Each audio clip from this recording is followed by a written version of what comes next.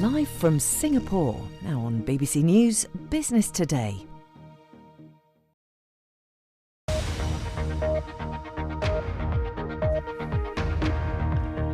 TikTok swipes back. The social media giant files a lawsuit to stop a ban in the United States. Plus, how a once polluted town is trying to become one of the greenest in Europe.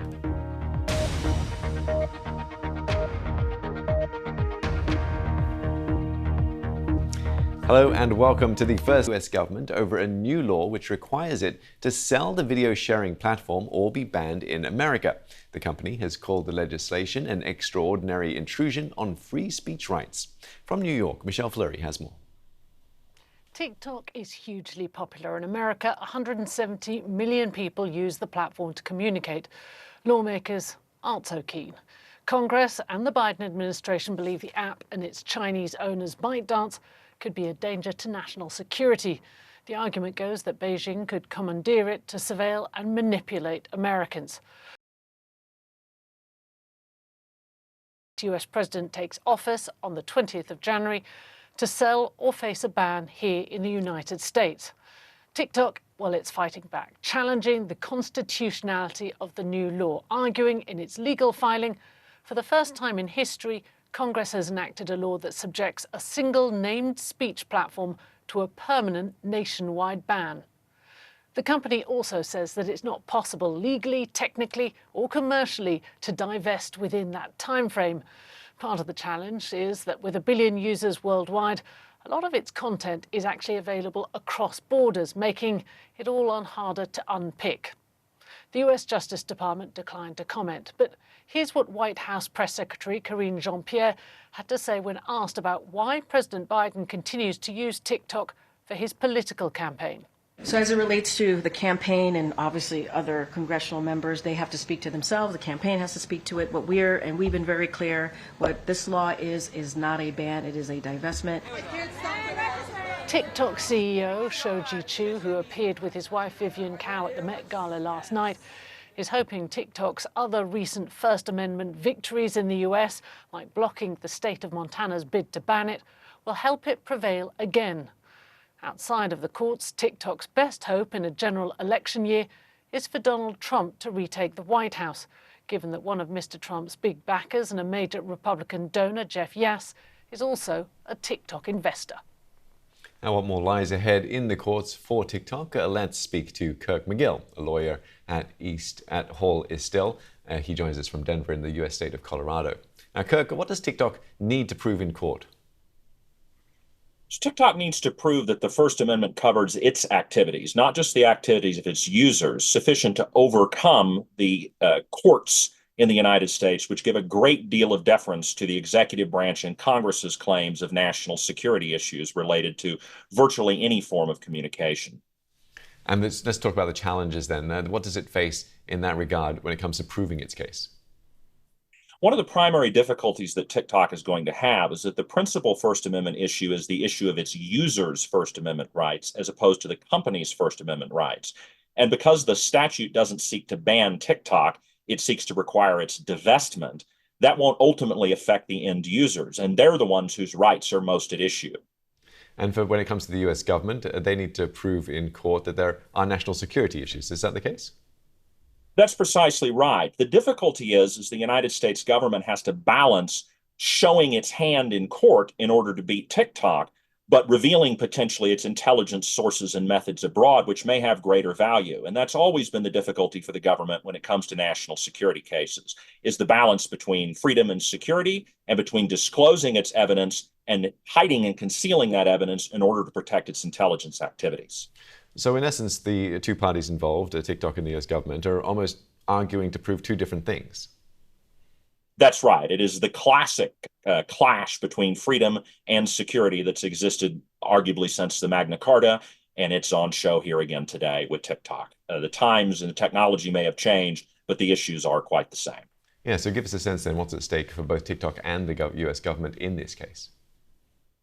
Immediately, TikTok's concern is going to be remaining operational while the case goes through litigation. So they will likely see what's called a stay, which is to ask that the law be put on hold while the lawsuit proceeds.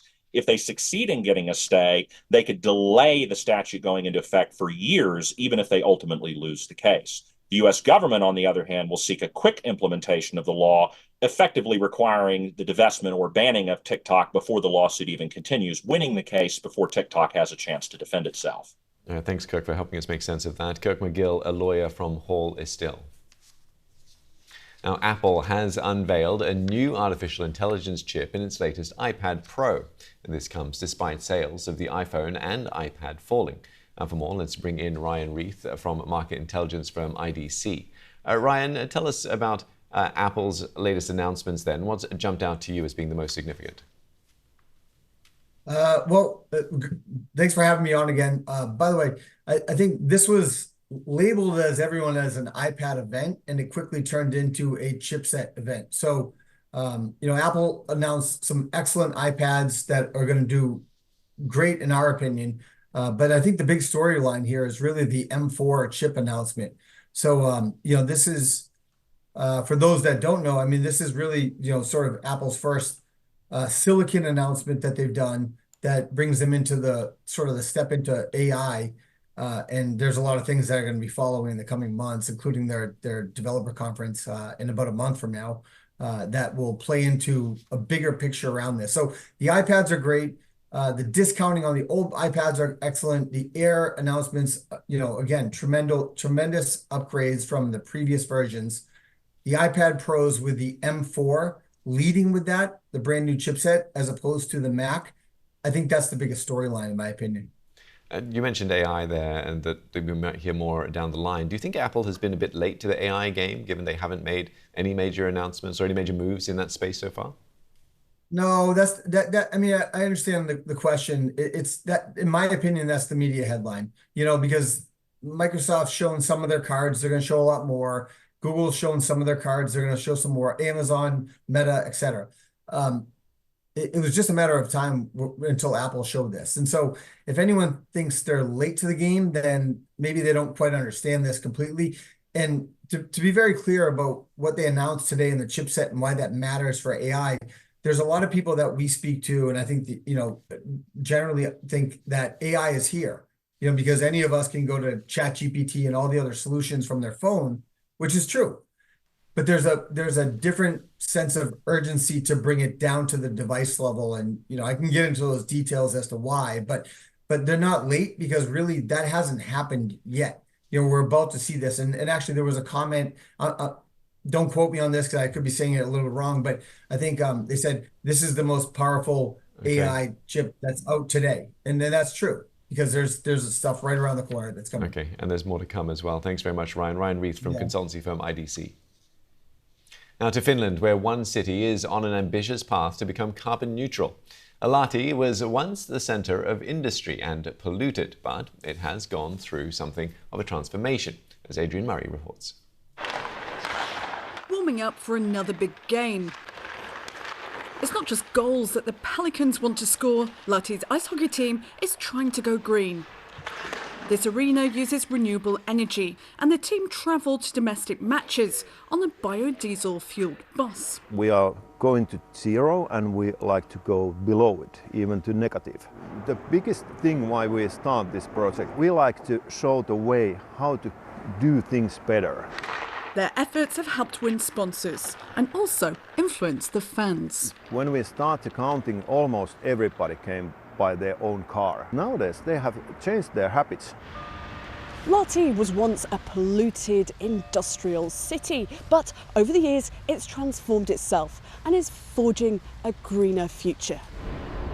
Getting rid of coal was a major step. This plant supplies citywide electricity and heating, using wood chips and residual waste from forestry and households. If we look back to early 2000, our total emissions were over 1 million tons of CO2 annually. 2020, that was reduced to close to 100,000 tons. So a huge reduction, over a million tons within 20 years. Across the city, there's cleaner public transport, like electric buses, bike sharing, and lots of cycle paths. Even the orchestra is tracking its footprint and aims to be carbon-free. Reuse and recycling rates are also high, and a big part of the work is engaging the local community. Though take-up has been mixed, apps have also been tested out to encourage users to live more sustainably. Everyone can choose suitable challenges for their life. For example, leaving a car for a day at home, or then you can choose, for example, 1 month not buying new clothes. Heating, transport and food are among the biggest areas to tackle. However, some habits are hard to change, like steering drivers away from petrol cars. There's still plenty more to do, of course, but a greener future is one goal that lots of people can get behind. Adrienne Murray, BBC News, Lahti. And that's it for this first edition of Business Today. Here's to many more ahead.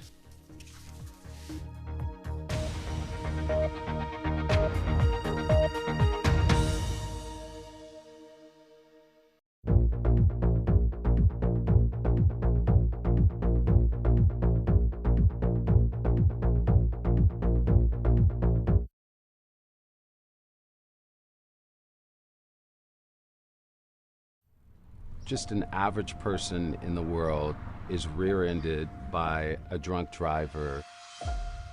They described exactly what happened with the accident, and then I was just in shock. He was burned over 75% of his body. When he called me, I asked, "Is this real? Are you calling?" Because he said, "Yes, I have a donor for you, Robert." 68-year-old Robert Chelsea is the first African-American and the oldest person to receive a full face transplant surgery. I'm mainly interested in being able to function. Feeling all right? I'm feeling fine. What we didn't really realize is what we were up against.